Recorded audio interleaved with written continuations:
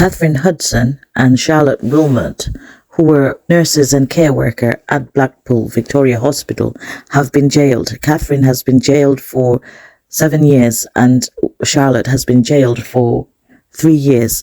This is because during their shifts, they were sedating their patients on a stroke unit.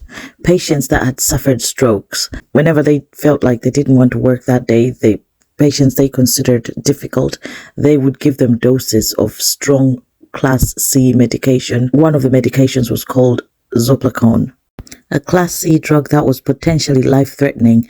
They were also stealing and giving out midazolam to the patients. The patients would sleep for days while they enjoyed and did nothing during their shifts. They were doing this and putting patients' lives at risk and in danger just so they could have easy shifts.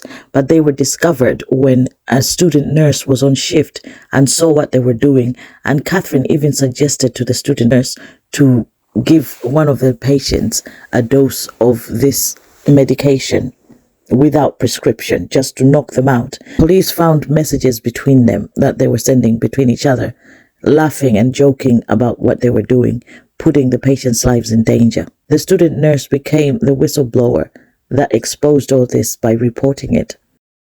The relatives of all those patients affected will forever be distressed by the knowledge that their loved ones were treated with such contempt and that those responsible for caring them at their most vulnerable point acted to their detriment. There will be a loss of public confidence in healthcare workers.